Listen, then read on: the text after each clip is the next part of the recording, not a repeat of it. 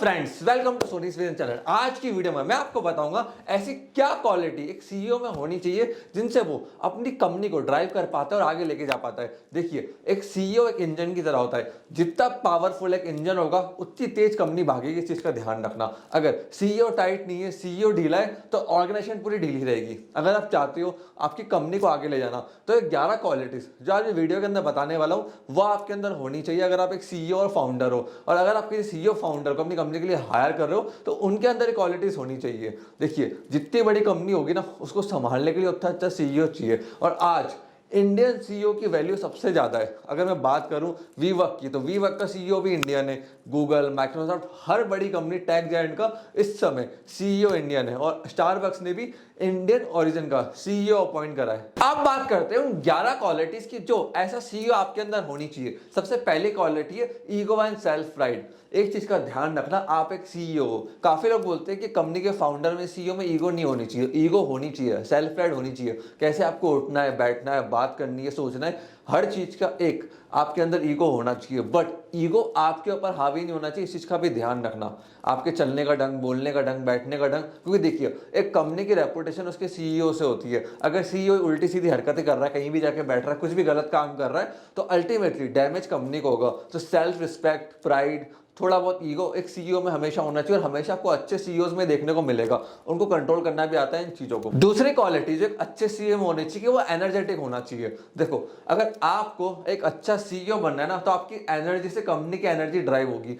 ऊपर की एनर्जी नीचे तक जाती है। अगर आप सुबह कंपनी के अंदर आ रहे हो, ढीले ढाले हो, किसी से मीटिंग कर रहे हो, एनर्जी नहीं दे पा रहे हो, कॉन्फिडेंस नहीं दे पा रहे हो, तो पूरी कंपनी ढीली चलेगी। जितने भी सीईओ होते हैं अच्छे, वो सुपर फूड खाते हैं, रोटी चावल कम खाते हैं, क्योंकि डाइजेशन में बहुत प्रॉब्लम करता है और एनर्जी काफी लेके चला जाता है। इसलिए वो ऐसे फूड खाते हैं जिनमें ज्यादा एनर्जी उनकी ना जाए और वो पूरे दिन एनर्जेटिक रहें। जैसे वो शेक्स पीते हैं, नट्स खाते हैं, जूसेस पीते हैं। उससे क्या होता है, इन सुपर फूड से उनकी एनर्जी बनी रहती है। और अगर आपको इन सुपर फूड्स के बारे में जानना है तो गूगल पे जाकर टाइप कर लो, आपको बहुत सारे सुपर फूड्स की लिस्ट मिल जाएंगी जिनसे आपको जल्दी एनर्जी मिलेगी। इवन टिम कुक भी अपने लाइफस्टाइल के ऊपर बहुत पैसा खर्च करते हैं। वो डेली सुबह 4 बजे उठते हैं, 1.5 से 2 घंटा जिम जाते हैं, मेडिटेशन करते हैं, रीडिंग करते हैं, हेल्दी फूड खाते हैं, एंड वो ज़्यादातर कॉफ़ी एंड शेक्स लेते हैं जिससे वो अपनी हेल्थ को मेंटेन कर पाए। इवन जो गूगल के सीईओ है सुंदर पिचाई, वो डेली 7 घंटे सोते हैं, अराउंड 7 बजे तक वो उठ जाते हैं। उसके बाद वो न्यूज़पेपर रीड करते हैं, 2 घंटे अपने माइंड को प्लानिंग के लिए देते हैं जिनसे वो पूरी कंपनी को चला पाए। और हाई प्रोटीन डाइट वो मॉर्निंग के अंदर लेते हैं, क्योंकि नाइट में अगर आप हाई प्रोटीन डाइट लेते हो तो उसको डाइजेस्ट करना बहुत मुश्किल होता है मॉर्निंग तक।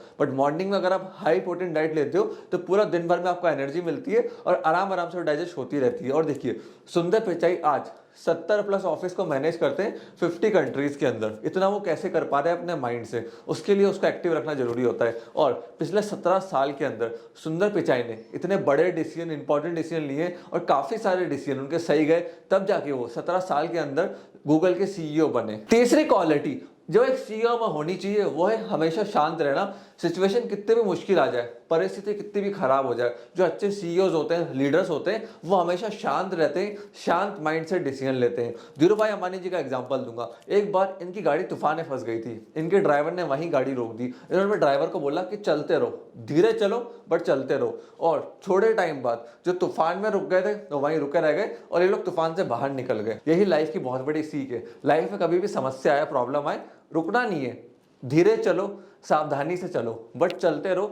जो रुक गया वो खेल खत्म, उसका आउट हो गया। इस चीज का ध्यान रखना। विराट कोहली, अमिताभ बच्चन, हर एक की लाइफ में प्रॉब्लम आई है। हनी सिंह इतने लंबे समय तक डिप्रेशन के अंदर चले गए, 7 साल तक, वापस बाउंस बैक करा। अब अमिताभ बच्चन जी बहुत बड़े लॉस के अंदर आ गए थे, 400 करोड़ का उनके ऊपर लॉस था, बट वो रुके नहीं। लोगों ने बोला कि यार ये सब छोड़ो, कोई जॉब ढूंढ लो, छोटा मोटा काम ढूंढ लो। फिर उनको एक ऑफर आया छोटे पर्दे पे जाने का। काफी लोगों ने मजाक उड़ाया कि बड़ी स्क्रीन से क्या आप छोटी स्क्रीन पे जाओगे। अमिताभ बच्चन ने सोचा ट्राई करते, कोई काम तो दे नहीं रहा है, कुछ मिल नहीं रहा है, लॉसेस के अंदर ऑलरेडी है, तो छोटे स्क्रीन पे आके केबीसी के ऊपर, और आज वो वापस एक सुपरस्टार बन गए। अब आपको भी ये चीज सीखने की है। अगर आपको लाइफ में आगे बढ़ना है, बड़ा आदमी बनना है, तो रुको मत। 2022 के अंदर शाहरुख खान की लाइफ में कितनी प्रॉब्लम आई थी। उनका बेटा जेल चला गया, उसकी बेल वेल कराई उन्होंने। फिर उसके बाद पठान मूवी का जम के पूरा प्रोटेस्ट हुआ कि इसका रिलीज नहीं होना चाहिए, इसको मूवी को कोई देखने नहीं जाएगा। लेकिन 2023 में क्या हुआ, 2023 में Pathaan highest revenue earning movie बनी हिंदुस्तान की। तो इस चीज को आप समझिए, लाइफ में प्रॉब्लम्स आती है, हर एक की आती है, बट चलते रहो, धीरे चलो जब प्रॉब्लम्स आ रही है, और अच्छा समय तो फास्ट चलो, बट चलते रहो, रुकना मत। चौथी चीज, लीड बाय एग्जांपल। देखो जितने बड़े लीडर्स होते हैं ना, वो अपनी टीम को ज्ञान नहीं बांटते कि ऐसा कर लो वैसा कर लो, मैं तो ऐसा था, हमारे जमाने में ऐसा होता था। एग्जाम्पल से लीड करो, आप पहले करके दिखाओ, आप उनके लिए इंस्पिरेशन बनो, फिर वो खुद करेंगे। जब वो देखेंगे आपको करते हुए, आपसे इंस्पायर होंगे, तो वो अपना मोटिवेटेड होंगे। पांचवी क्वालिटी है वो है एक्सेप्टेंस। देखो सीईओ भी फेल होते हैं, उनकी लाइफ में भी फेलियर्स आता है, उनसे भी गलती होती है, एम्प्लॉयज भी मिस्टेक करते हैं, हर इंसान दुनिया के अंदर कभी ना कभी मिस्टेक करता ही है। इवन रतन टाटा जी खुद कहते हैं 2015 में नैनो को एक सस्ती कार बोलना, चीप कार बोलना रादर देन अफोर्डेबल कार, उनके लिए बहुत बड़ी गलती थी। इतना experience person, UK, US, Australia, Singapore, Dubai, कौन से ऐसे कंट्री जहां उनके बिजनेस नहीं है, या कौन सा ऐसा मार्केटिंग का एक्सपर्ट है जो वो हायर नहीं कर सकते, बट उनसे भी गलती हो गई।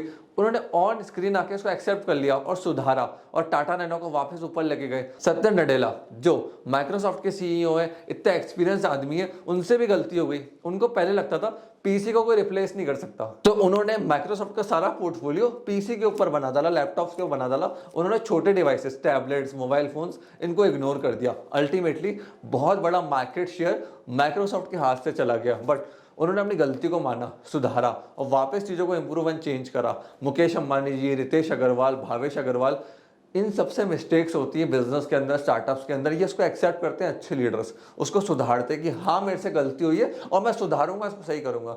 सिक्स चीज, क्वालिटी जो आपके अंदर होनी चाहिए वो है ट्रस्टवर्दी। देखिए जो एक अच्छा सीईओ होता है ना, लोग उस पर ट्रस्ट करते हैं, उसके वर्ड्स मैटर करते हैं। अगर वो अपनी बातों पे नहीं है, बातों से पलट रहा है, तो कोई उस पर ट्रस्ट नहीं करेगा। तो अगर आपको एक अच्छा सीईओ बनना है तो पहले ट्रस्टवर्दी आदमी बनो, टीम का ट्रस्ट जीतो, कस्टमर, क्लाइंट्स, इनका ट्रस्ट जीतो। टाटास आज इतना आगे क्यों बढ़ गए?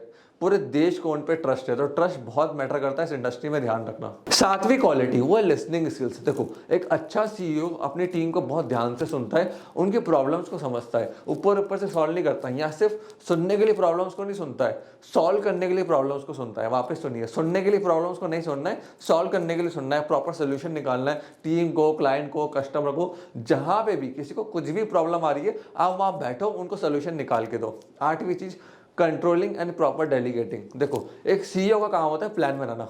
80% जो सीईओ का काम होता है वो प्लान्स बनाने के ऊपर होता है, प्लानिंग के ऊपर होता है। क्योंकि देखिए पूरी दुनिया में आपको लोग मिल जाएंगे सेल्स निकालने के लिए, लीड जनरेशन के लिए, हर काम के लिए, बट प्लान बनाने वाले लोग बहुत कम होते हैं जो बैठ के ध्यान लगाए, बिजनेस के अंदर प्लानिंग करें, प्लान्स को बनाए। तो एक सीईओ को पूरा फोकस, 100% फोकस प्लान्स बनाने के ऊपर देना चाहिए। 9th चीज है फास्ट डिसीजन मेकिंग स्किल्स। ऐसा सीईओ, डिसीजन मेकिंग स्किल्स बहुत अच्छी होनी चाहिए आपकी, आपको बहुत अच्छे डिसीजन लेना आने चाहिए। अगर आप डिसीजन नहीं ले सकते, बाबा गलत डिसीजन ले रहे हो, फास्ट नहीं ले पा रहे हो, बहुत टाइम लगा रहे हो डिसीजन लेने में, जैसे नोकिया ने लगाया, एंड्रॉइड को एक्सेप्ट करने में उन्होंने बहुत टाइम लगा दिया, विंडोज के ऊपर वो चलते रहे, अल्टीमेटली नोकिया कंपनी बर्बाद हो गई। तो डिसीजन टाइम के ऊपर लेना, फास्ट लेना बहुत ज्यादा जरूरी है।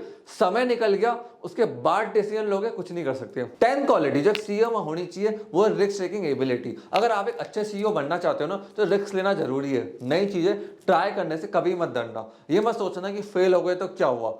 हर सीईओ की लाइफ में प्रॉब्लम आती है, फेलियर्स आती है, बट अच्छे सीईओस इन चीजों को समझते हैं कि जब तक कुछ नया ट्राई नहीं करेंगे तब तक हम कंपनी को आगे लेकर नहीं जा पाएंगे। तो नई चीजें ट्राई करने में कोई भी गलती नहीं है और कोई भी हर्ज नहीं है, और रिस्क लेने से कभी मत डरना। 11वीं क्वालिटी जो एक सीईओ में होती है वो होती है कस्टमर फ्रेंडली। एक सीईओ अपने कस्टमर, क्लाइंट्स को बहुत अच्छे से समझता है। उबर के जो इंडियन हेड सीईओ है, वो महीने में एक बार उबर कार्स खुद ड्राइव करते हैं, खुद एक बार ड्राइवर बनते हैं, जिससे वो एक्सपीरियंस कर पाए ड्राइवर के बिहाफ पे, कस्टमर कैसे डील करना है, ड्राइवर को कहाँ प्रॉब्लम आती है, और कैसे हम हमारी सर्विसेज को और बेटर कर सकते हैं। जोमैटो के सीईओ भी दीपेंद्र जी महीने में एक बार खुद डिलीवरी करते हैं, जोमैटो डिलीवरी एजेंट बन के। उससे उनको आइडिया लगता है कि उनको क्या चीज़ों को इम्प्रूव करना है, कहाँ उनको कंपनी को आगे लेके जाना है, और कहाँ उनके कस्टमर को, डिलीवरी एजेंट्स को, पार्टनर्स को दिक्कत आ रही है। तो ऐसा सीईओ, आपको ये चीज़ें खुद समझनी चाहिए कि आपके कस्टमर को कहाँ दिक्कत आ रही है, क्लाइंट्स को कहाँ दिक्कत आ रही है। देखिए कंपनी आपकी, आपने चालू करी, आप फाउंडर हैं, आपके टीममेट्स, नीचे के एम्प्लॉयज इन चीज़ों पे इतना ध्यान नहीं देंगे।